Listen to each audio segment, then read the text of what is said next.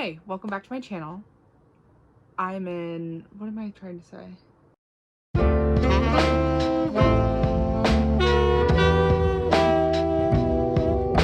I'm a very experienced crocheter.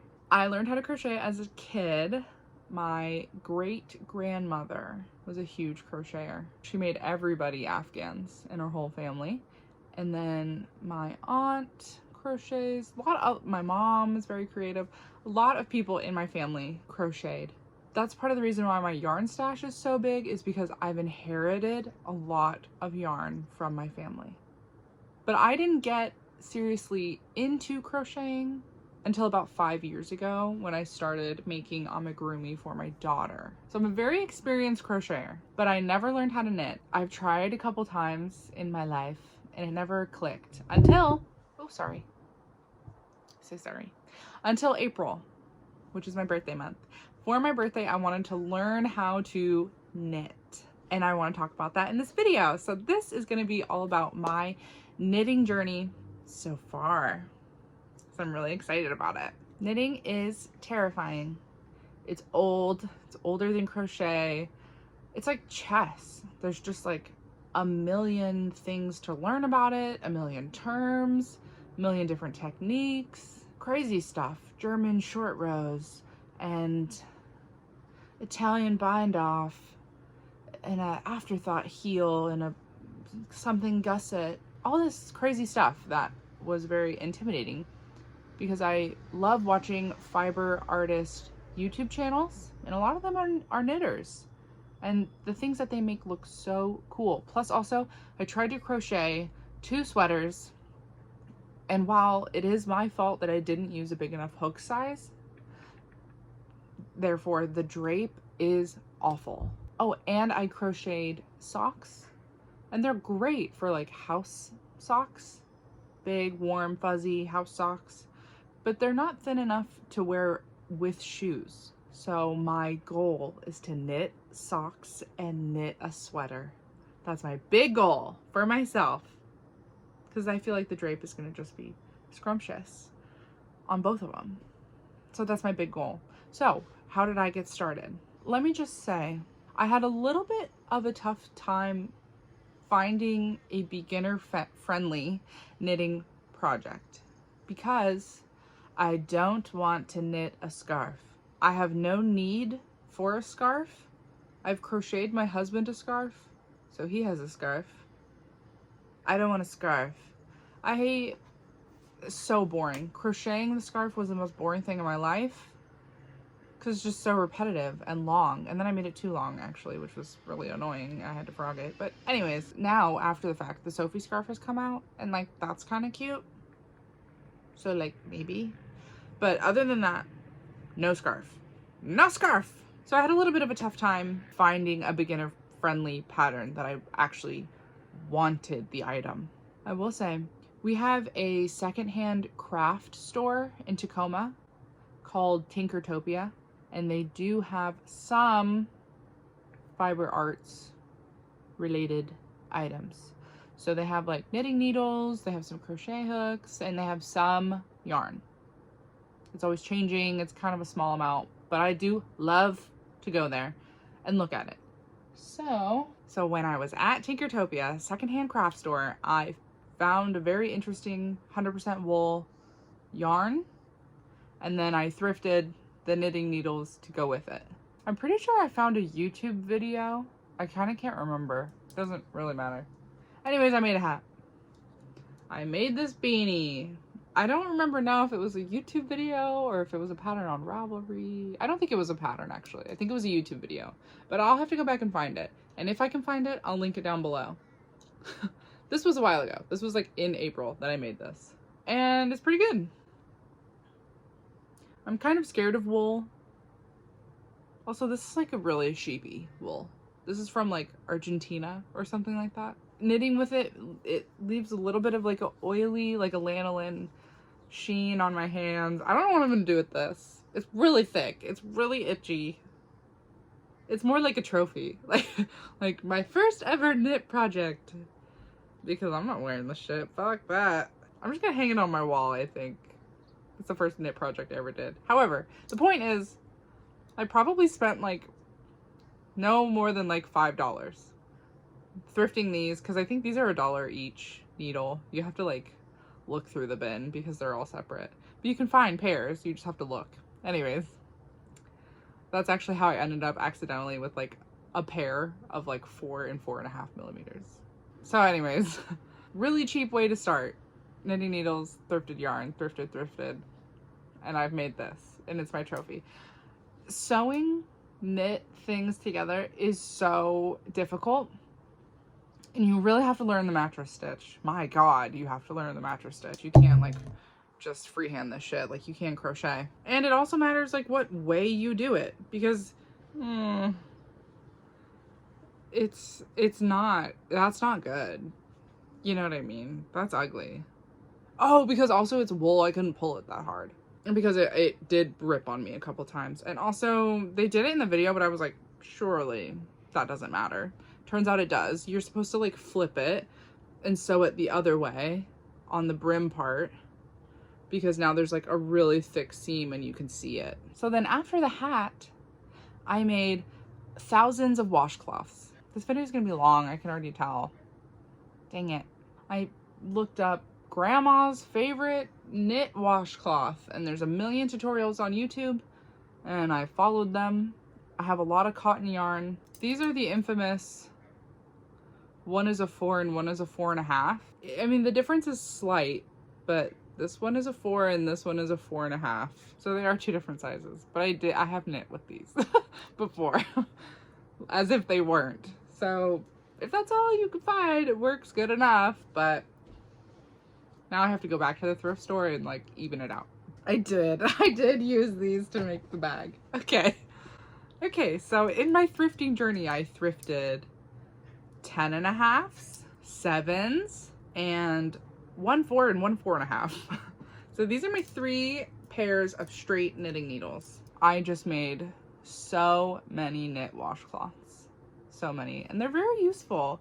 And I got to use up a lot of my like scraps. Point in my mind was like repetition. Like, let me get comfortable knitting. And there might be some purling or something like that. I just wanted the reps. How many washcloths do I need? I don't know, but I will use washcloths. It was very functional. So I just kept doing it. And I did it a lot, to be honest. I made a lot of washcloths. And they're around my house. And I don't feel like getting them and showing you. Okay. In my mind, my knitting journey, I'm thinking build my skills.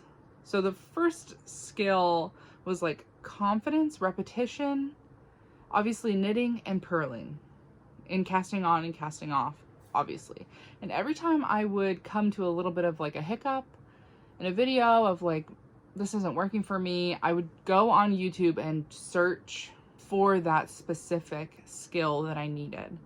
So if I'm watching a video for the hat and it says long tail cast on and I don't feel like it's enough of an explanation, I'll go on a tangent of looking for specific long tail cast on videos that would help me understand it. Same with knitting, same with purling. Also, because I started as a crocheter, I continental knit, I think, where you kind of hold it like a crocheter. You don't do this. You kind of just do this, if that makes sense. Okay.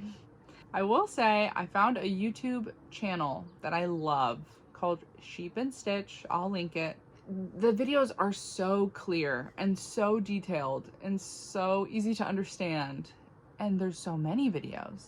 That channel helped me a bunch. And they have videos specifically for different stitch types. So here's what I did. I found myself getting confused with stockinette and garter and moss and 1x1, and there's all these terms that I wasn't really, I was mixing them up a lot. I couldn't keep them clear in my head. So I made myself swatches. These have been a game changer. Just using whatever yarn scraps I have around. So we have garter stitch, 2x2 rib, seed stitch, stockinette, moss stitch, 1x1 rib. If I come across a new stitch, I'll make another one. Plus I need to like weave the ends in and put them all in a keychain, but I reference these all the time. When I'm like, what's garter, what's stockinette? I don't have to look it up what the difference is because I made these swatches. So I can just reference my swatches. I really love these. They are so functional. Then came the dilemma. I've made the hat. I made 20 washcloths. What do I make next? Here's where Ravelry comes in. Although I have basically as much yarn as I could want, I was very limited by my knitting needles because I only had the 3 sizes of straight knitting needles. I don't really know the proper term for like straight knitting needles. Classic, regular, straight, long. I'm not sure. I don't know. But I do know whatever I wanted to make, it would have to be knit flat instead of in the round, because you need circular knitting needles in order to knit in the round. And also it would have to be a little bit smaller, because even if a sweater or a blanket is knit flat, you still need the cable because of how many stitches there are. They won't fit on this. So even if you're knitting a really big project flat, you still need the cable because it's so big and it has to hold all the stitches. So I couldn't make a blanket or a sweater or something, even if it was flat yet, because I only had these 3 knitting needles. But in Ravelry, this website truly is amazing because you can advance search for things. So I could put in my 3 sizes of knitting needles that I have, and knit flat, and beginner friendly. And then you can also, I would kind of click around for like, if I wanted to like look based off accessories, or if I wanted to look at the stuffies or the hats, or like I definitely didn't want scarves or hats, so I would not include those in my search. So anyways, you can search around on Ravelry and it will, oh, and free. Free. I only looked at free patterns. And I found the Musubime Bag, which I used my wonky 4 and 4.5 knitting needles for. This is before I realized that they weren't the same size, because I didn't know. But anyways, this is my first written pattern that I followed for knitting. That was tough. That was tough. It kind of humbled me a little bit because I'm so used to like reading crochet patterns. It totally humbled me of like, this is what it must be like for very beginner crocheters to look at a crochet pattern, because wow, I like opened the knitting pattern, closed it. I went, ah, closed it, because scary, all the different abbreviations that I just am not used to. But once I took a couple of deep breaths and like got all my gumption, I knew it was gonna be okay. It was all gonna be okay. And I approached it like a research project.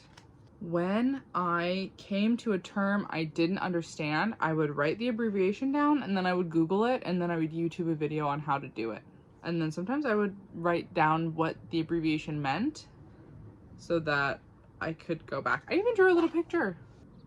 You know, I don't know how clear that's gonna be to everyone else. This is for a slip knit, SSK. Anyways, I drew a little like this is my notes for the knitting.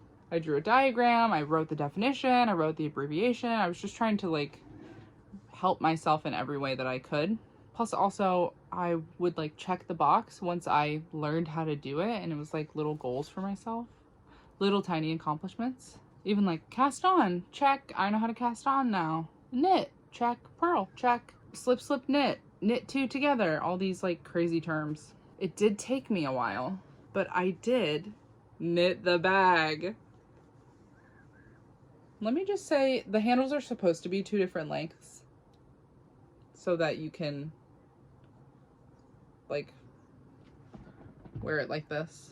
And although there are some mistakes, there are. The pattern is really pretty though.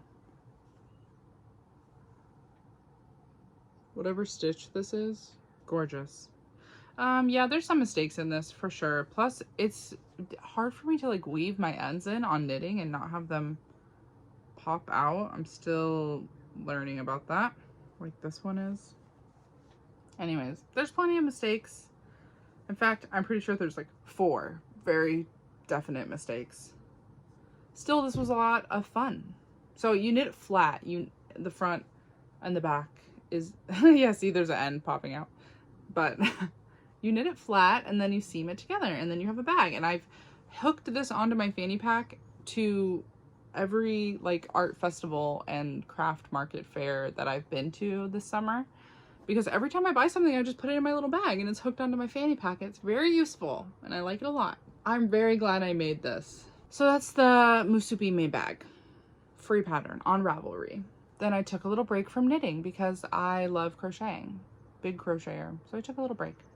Then I went back on Ravelry, typed in my advanced search again of the restrictions that I have based on knitting needles. And my cousin is having a baby in October, so I wanted to, there's a couple things I want to knit for her and her baby. And of course one of them is a stuffy, obviously. And so I made this, whatever this is. Ah, adorable. Mouse bear, I'm not sure, it's very ambiguous. Knit flat, obviously, and then seamed together. But bless him. Oh my god, so cute. And my daughter loved it. My daughter loved, and so I said, I will make another one for you, babes. So I did. And this one turned out much derpier because I put the eyes too far apart. Oops. Plus I embroidered the faces instead of using safety eyes because it's for a newborn baby. But I feel like this is just newborn baby size, you know? So they're a little silly, but so cute though. Ah! And I did follow a pattern. Anything Animals by Rachel Barillo Carroll. I'll put the link in the description. But these are called Anything Animals because there's a couple different ear patterns. Like there's one you can make it as a doll because it's just a little rectangle body with arms and legs, and if you change the color and the ears and the face, obviously, then you can make it into anything. Okay, so I made these little guys. Hello. I made these in Obsessed. I started crocheting because I wanted to make stuffed animals for my daughter. And so knitting a stuffed animal, like, I love amigurumi. I mostly make amigurumi, to be so honest. Then I found Finnegan Easy Knit Fox by Jessica Reeves Pataz. Yeah. Finnegan Easy Knit Fox. Cutest thing in the world. Oh my god. And let's talk about it. Because shut up. I'm obsessed. So cute.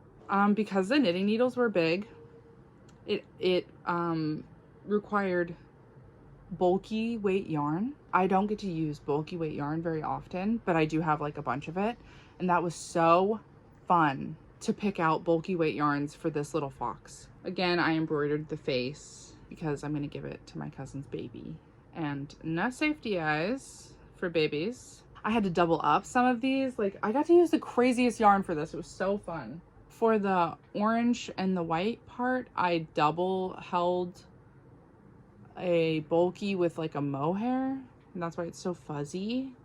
And I double checked by doing the wraps per inch thing to make sure I was like hitting gauge, I guess, you know what I mean, like making sure I was using the right bulky size. So I doubled up because I had to meet the gauge. I don't know how to say this, but anyways, I just checked to make sure everything had the same wraps per inch. I actually made 2 of these because I made one using this yellow bulky for the sweater, and then I weighed it before and after, and it was exactly half of the cake. So I said, exactly half, I can make 2 and then use it completely. So I did. I'm obsessed. It's so cute. Stop.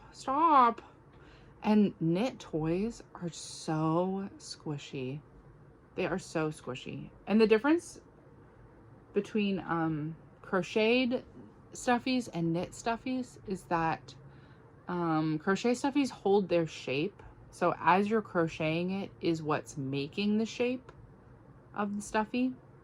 And you can overfill it with stuffing but all it does is make it more firm. It doesn't change the shape of the toy. Knitting, the stuffing is what mostly gives it its shape. I mean, obviously, like, the legs are like leg shape. You have to knit those. But the stuffing, like, I had to cinch this in to make the neck. Anyways, it's very, the stuffing makes a lot more of a difference in knit toys for the shape of the toy, if that makes sense.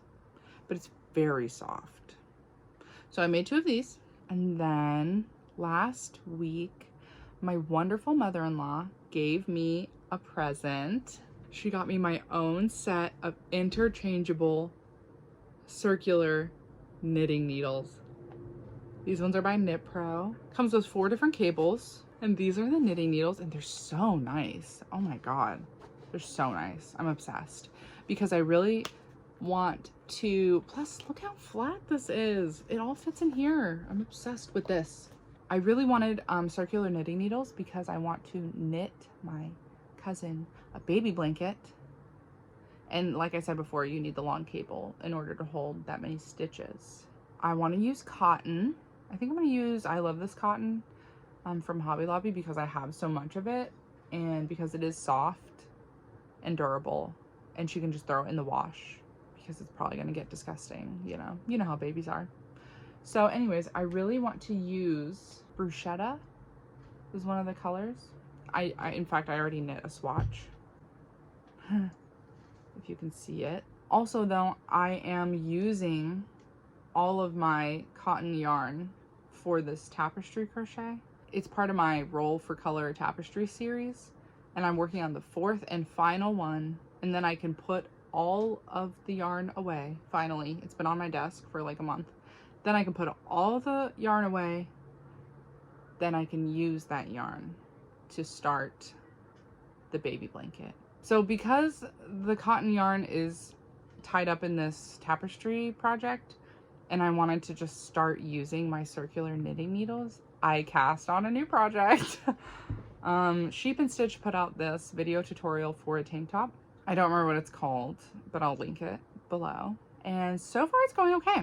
I'm using the 4mm size knitting needles. I'm following the video tutorial, and I'm this much done.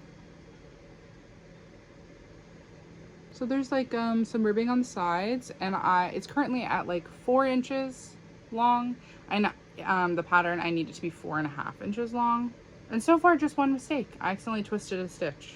My tension is like not that great, but that's okay. So I'm just working on this. I have to make it a 1/2 inch longer, and then I can keep watching the video.